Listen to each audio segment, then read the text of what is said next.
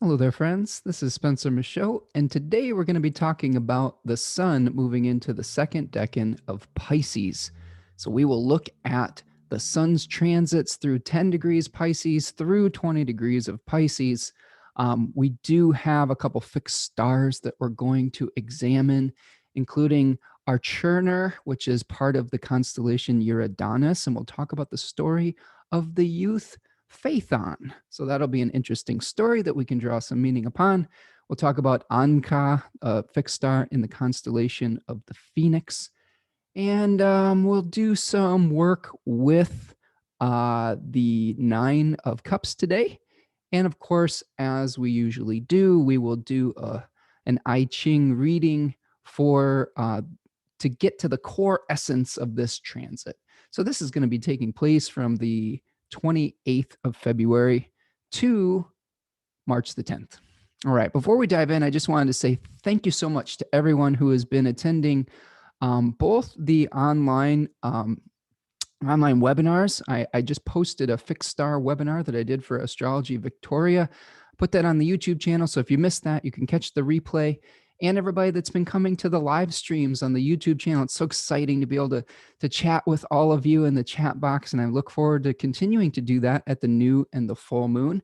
If you're liking the work that I do here, make sure that you're subscribed to the channel, turn on the notifications, hit that like button. I also did start a new page where you can support the work that I do. It's called buymeacoffee.com. So if you're enjoying these videos, why not buy me a coffee? It'll be like we're hanging out at the coffee shop and shooting the poop, like I say. So we'll, yeah, it's fun. I've been really appreciating all your support with that. That has been such a, I'm just so grateful for everyone who's been contributing to that. It's very validating, and I really appreciate all of you. So thank you so much if you've been contributing in that platform. And yeah, let's move forward. This is giving me the opportunity to keep this content flowing to you. You're buying me the gift of oracular space and time. So I am super, super grateful for that.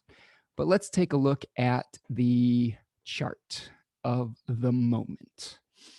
All right, so what we're looking at here is the time frame between February the 28th and March the 10th. We, of course, are experiencing, as I record this, the full moon in Virgo. So we are kind of seeing the dream trying to come to fruition, trying to manifest. We may be trying to like cut out some of the parts that aren't necessarily realistic, so that when we are trying to bring our vision that we worked so hard in the first decan of Pisces to find, that meaning, that illuminating spirit that we searched to the center of the labyrinth to find, we're working so hard to figure out what is actually possible. What do we need to cut out so that we can manifest on this material plane that has certain rules that we have to follow. We can't just do whatever we want on this plane, although we can probably get close sometimes. But there are definitely some limits that we have to work within, and I think that's going to be kind of the theme of this second decan of Pisces is what is really possible. How do we find truth? Where might we be kind of making some compromises and maybe falling short of the glory, so to speak. The sun is peregrine in this mutable water sign of the fish. It is being hosted by Jupiter in Aquarius, to which it has an aversion relationship too. So we'll look at one chart here. We can see that Jupiter, its host, is hanging out in a temple that is right next to it. So this was said to be kind of a blind spot. So there is a danger that we might be experiencing some kind of blind spot as far as what is or is not possible. Jupiter's hanging out in the second decan of Aquarius, where we're seeing the pontoon boat trying to ferry somebody across a great river. So we may be trying to leave something behind so that we can make a new start at the spring.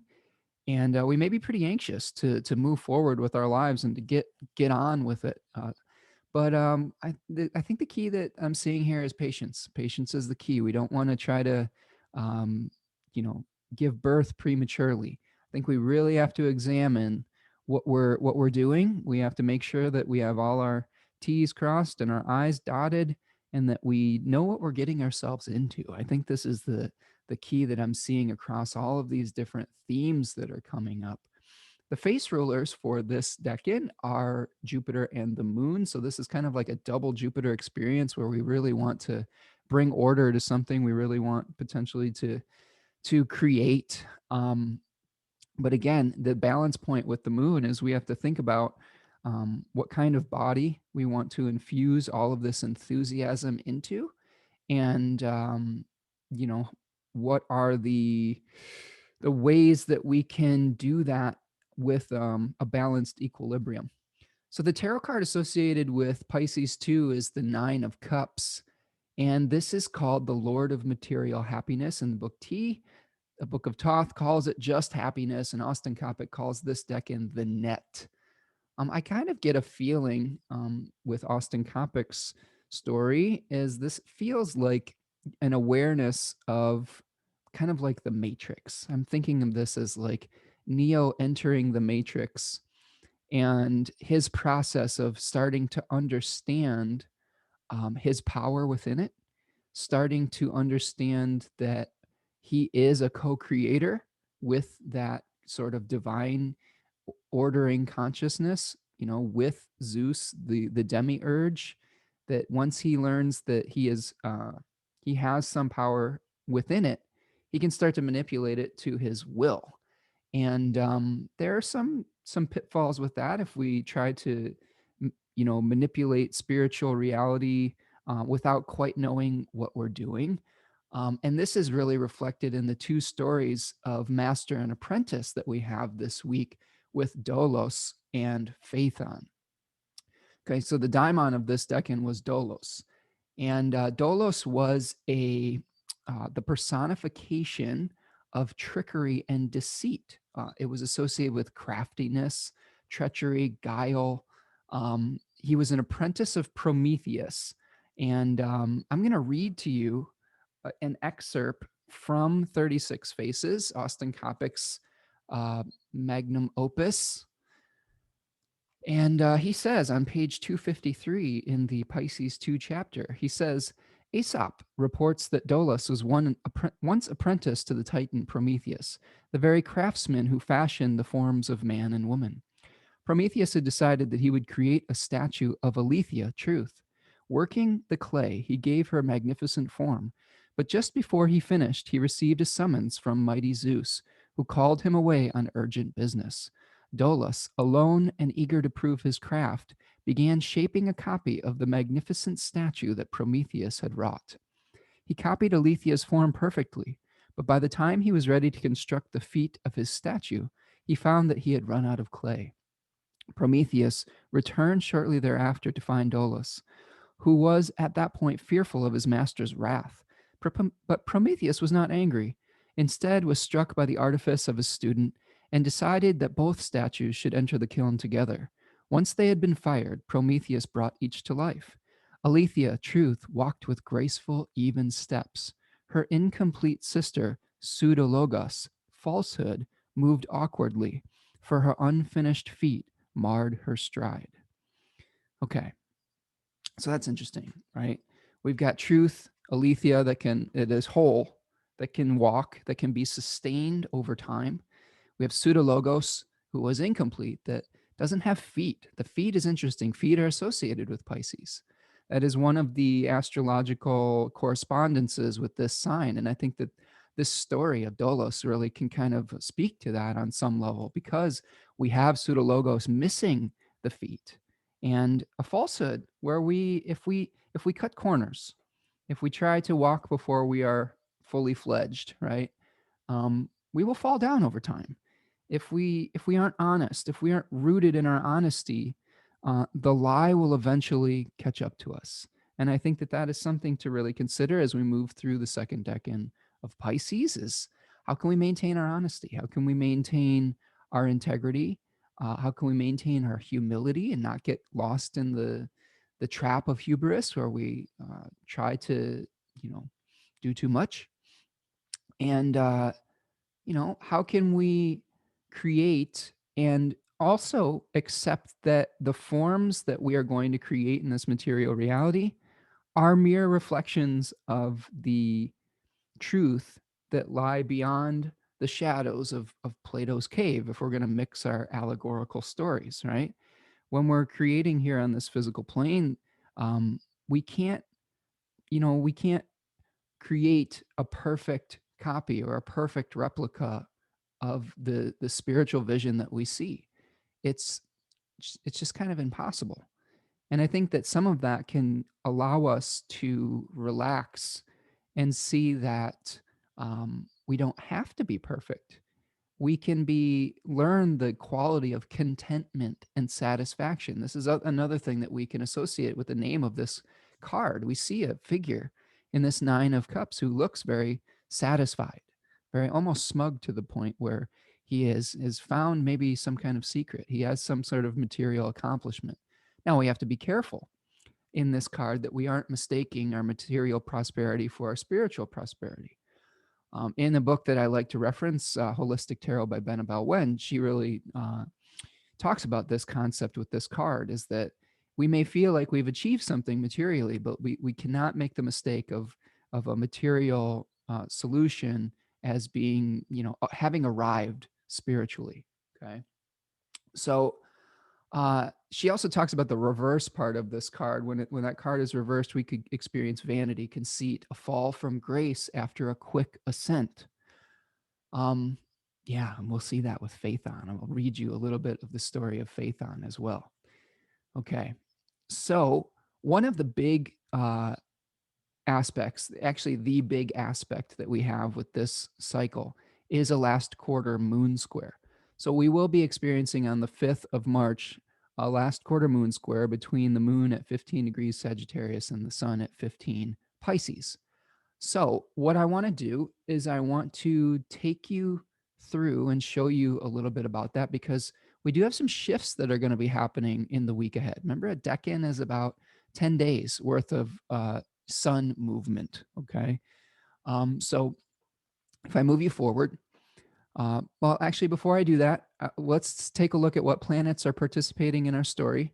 So the sun is co-present with an exalted Venus, co-present with Neptune. So it may be easy for us to get lost in this kind of desire to want to merge with the divine.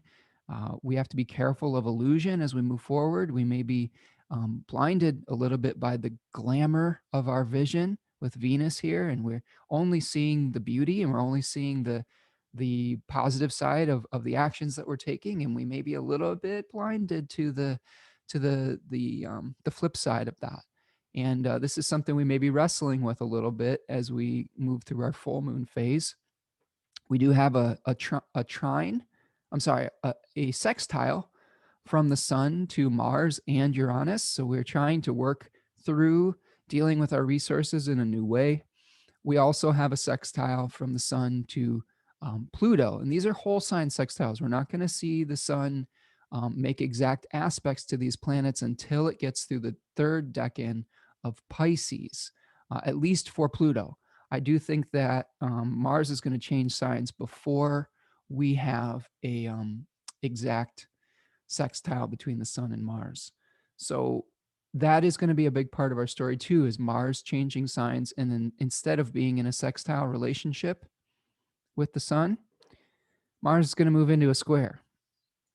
So this may be part of our narrative as well. Once Mars moves into that square relationship with the sun, we may feel some tension between all the options that we have. This is really what Gemini is all about, is an awareness of all these different directions that we could go in, and all of the mental anguish that can cause us.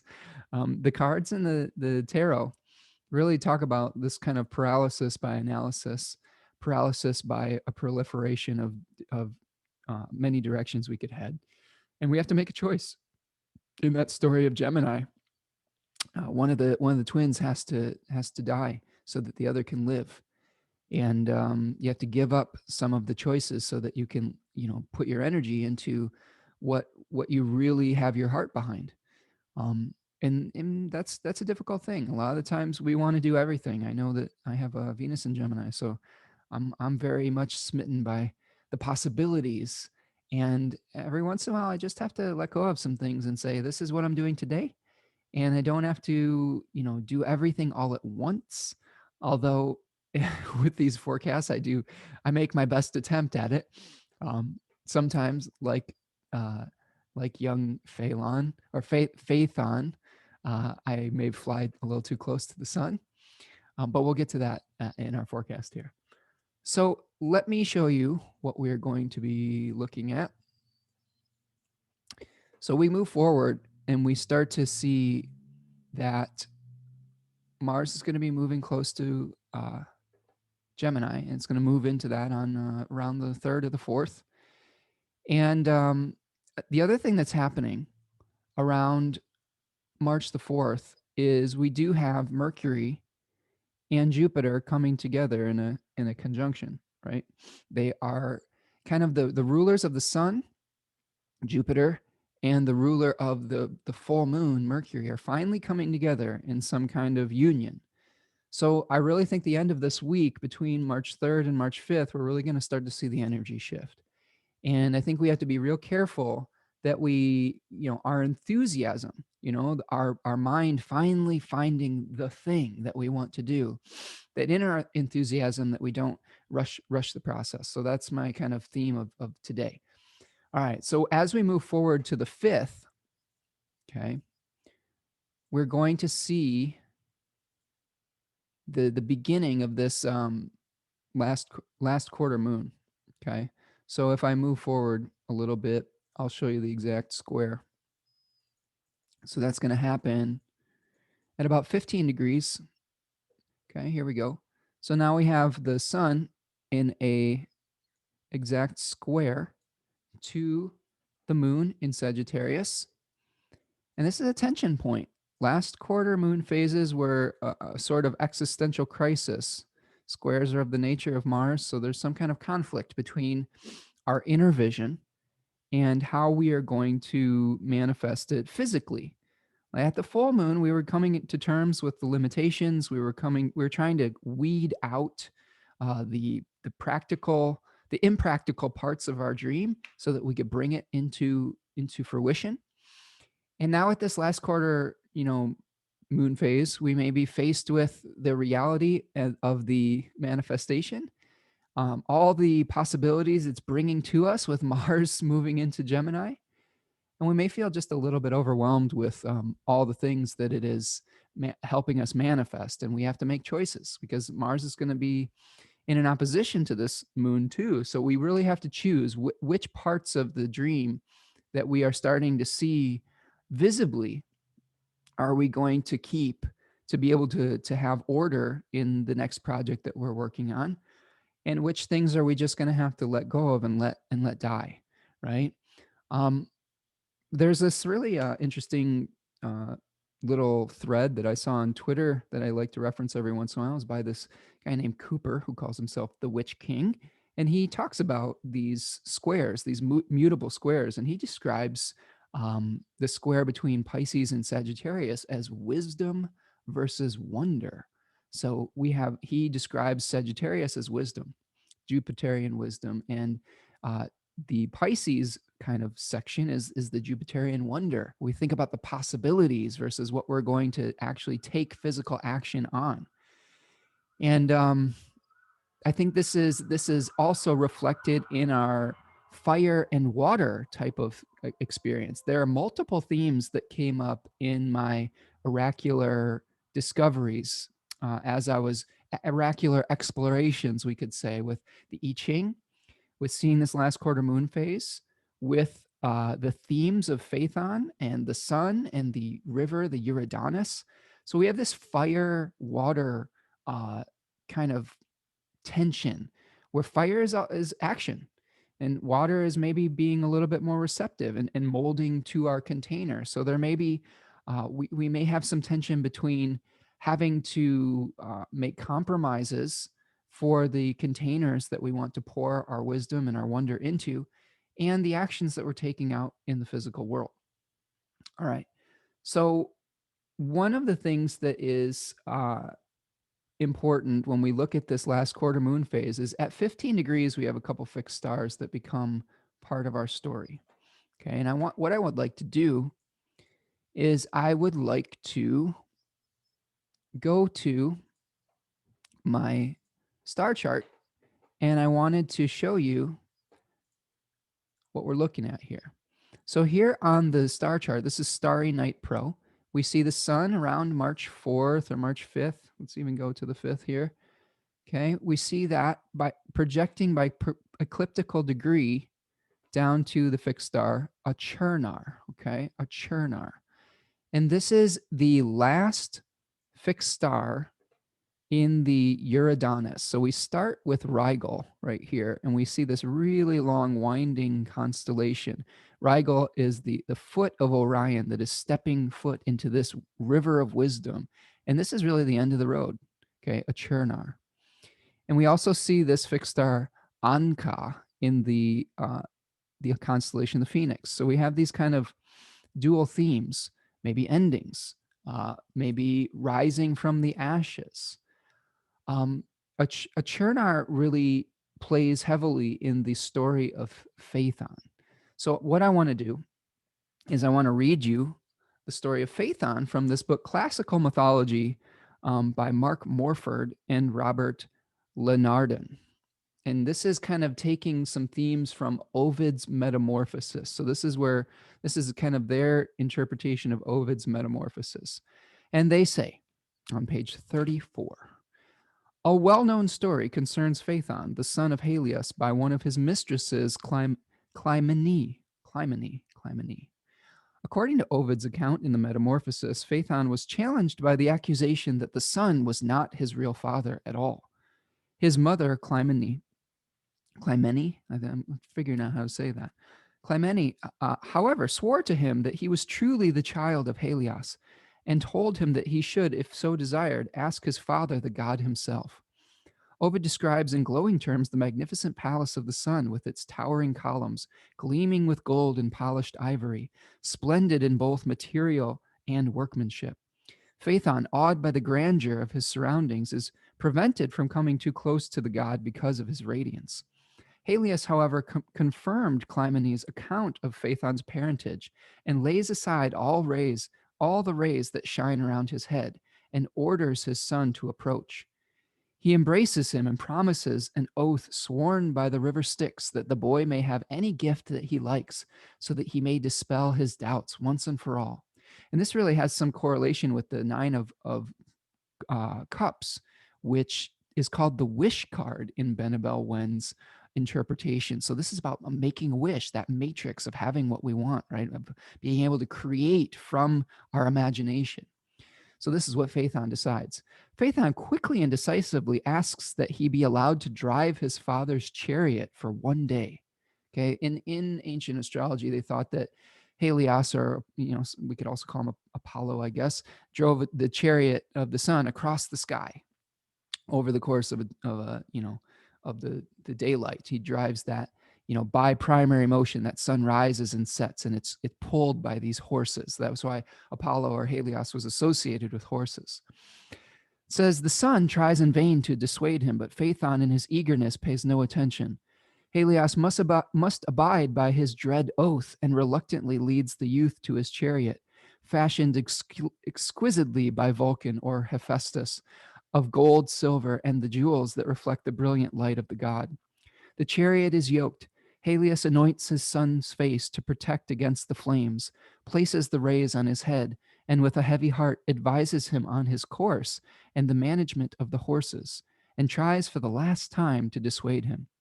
Phaethon, young and inexperienced, is unable to control the four-winged horses who speed from their usual path. The chariot races to the heights of heaven, creating havoc by the intensity of the heat, and then hurtles down to earth. It says Ovid delights in his description of the destruction and transformations that result. He says two examples from many were how he describes how the Ethiopians had acquired their dark skin, and how Libya became a desert. The earth herself is ablaze and unable to endure her fiery anguish any longer. Zeus, in answer to her prayer, hurtles his thunder and lightning and shatters the car, dashing Phaethon to his death. The river Eurydanus receives and bathes him, and nymphs bury him along with the following instructions upon his tomb. Here is buried Phaethon, charioteer of his father's car. He could not control it, yet he died after daring great deeds. His sisters, daughters of the sun, in their mourning for Phaethon, turned into trees whose bark tears flowed, which hardened into amber by the sun and dropped into the river. Away from Liguria, his cousin Cygnus mourns for him, and he too changes and becomes a swan. Okay, so we have this great tragedy. We have the association of the earth being set aflame. So we have associations with Achernar associated with fire. He falls into the river, the Eurydanus. So we have this associated with floods, so fire and flood. We have a youth that is overestimating his power, much like Dolos in the story of Prometheus and his apprentice, where we're incomplete with our knowledge and trying to fly or trying to create before we are fully fledged. So a lot of these themes can really be seen in the hexagram that comes up in addition to this. So let's take a look at the hexagram. Okay. And I'll draw this on my Astro Gold chart. So here we see the chart, and the hexagram that we pulled, and I'll draw it for you, was number 64. And number 64 is called before completion, not yet across. Okay. And in this, there is yet another story of someone trying to cross over into a new experience, into wisdom, trying to complete something, but maybe getting its little tail wet. We see the story of a little fox. So here we have 64 changing to the hexagram 62. Okay, so let's talk about this. 64 is also called before the end, not yet across. It is associated with fire. So this hexagram is fire, okay? The sun above the water, above the stream. So that's just funny. I'm just laughing because the I-Ching, these readings that we're doing, I just get such a kick out of the connections that we see between the card, between the decan, between the aspects, and between the I-Ching. I love it when it comes together like this. Fire above the stream, right? It's just hilarious. Which talks about the right elements, but not in the right order. And Benabel Wen, I'm sorry, not Benabel Wen, Hilary Barrett in her translation likes to ask these questions. She says, how do we prepare for the crossing? How will you know when it's time? She says, quote, not yet across, but creating success. The small fox, almost across, soaks its tail. No direction bears fruit. Fire above the stream, the right elements, but not yet the right order. Okay.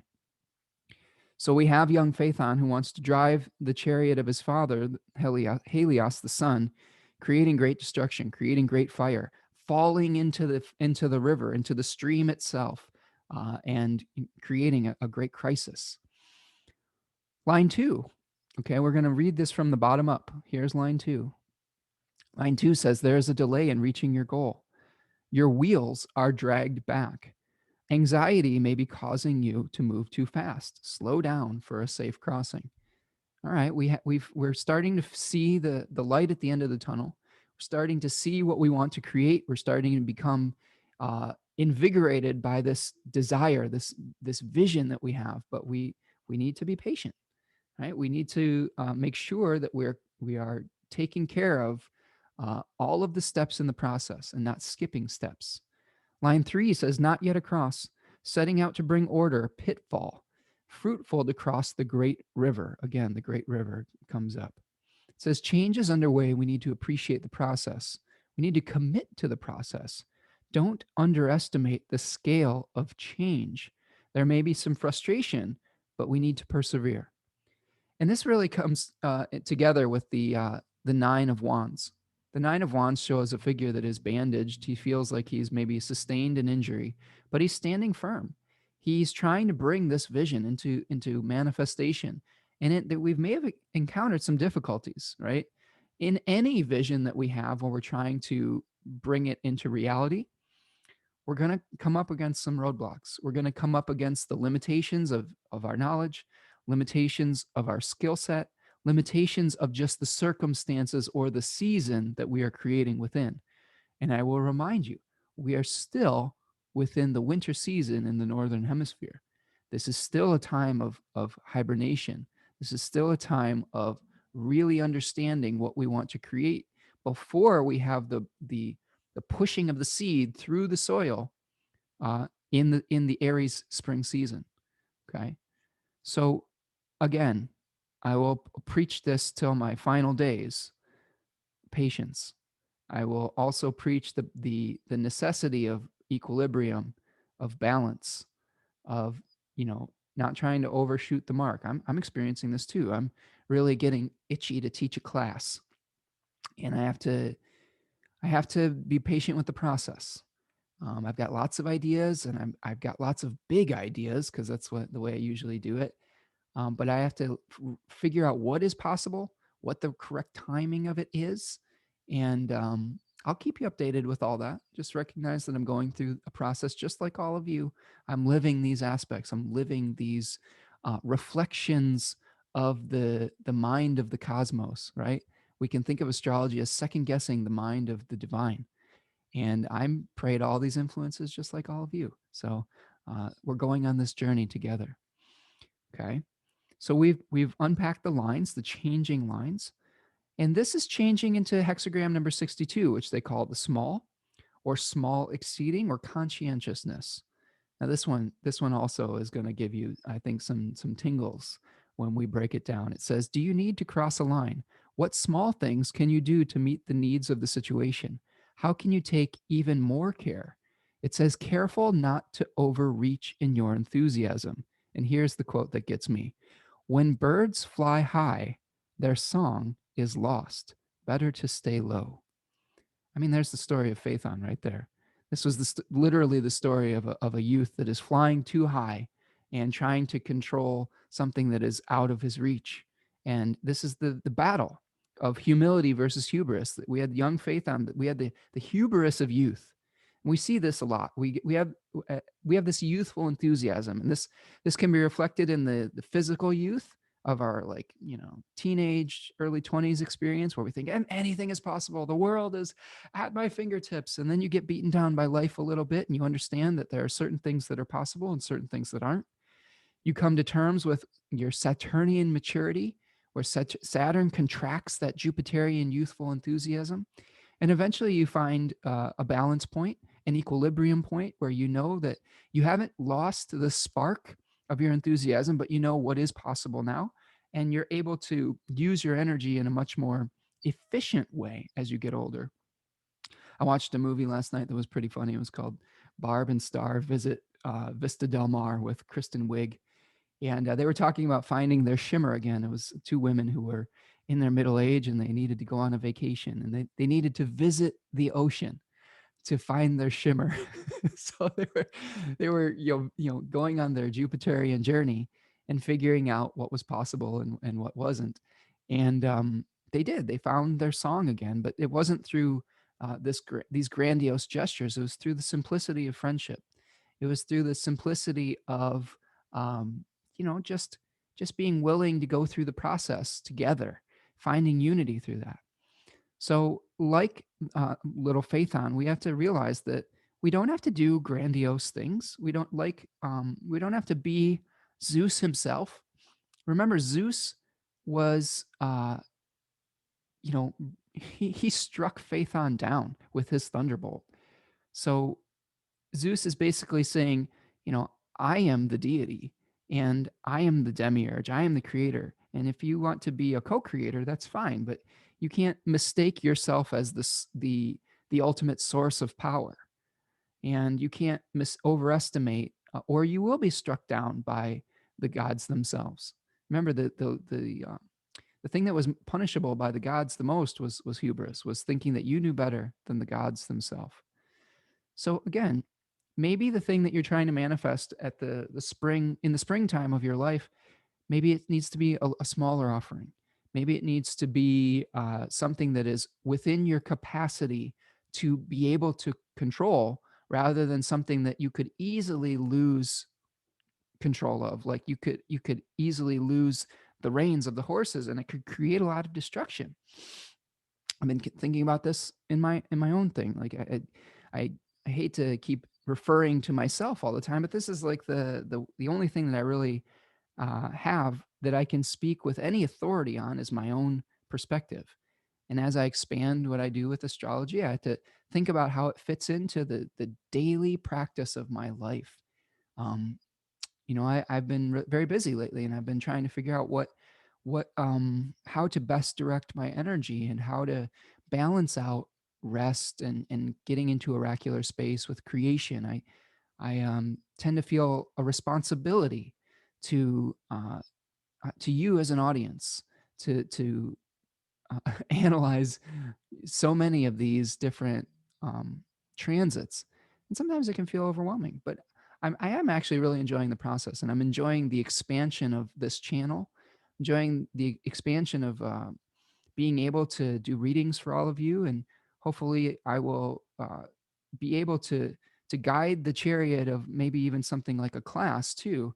But we have to find the right mix, and just as I am trying to find the right mix, you as well will have to find the right mixture to be able to cross into the new reality that wants to be born.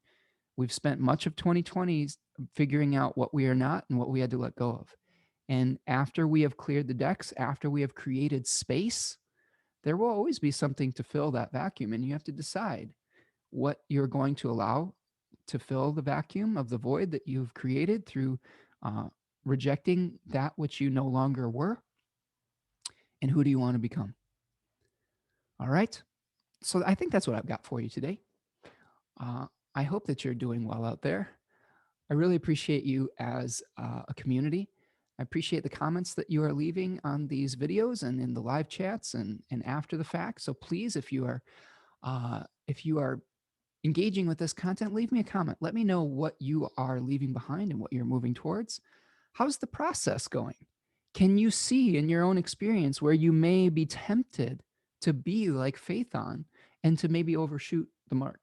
And how can you reel yourself back in and try to manifest, but from a humbler place?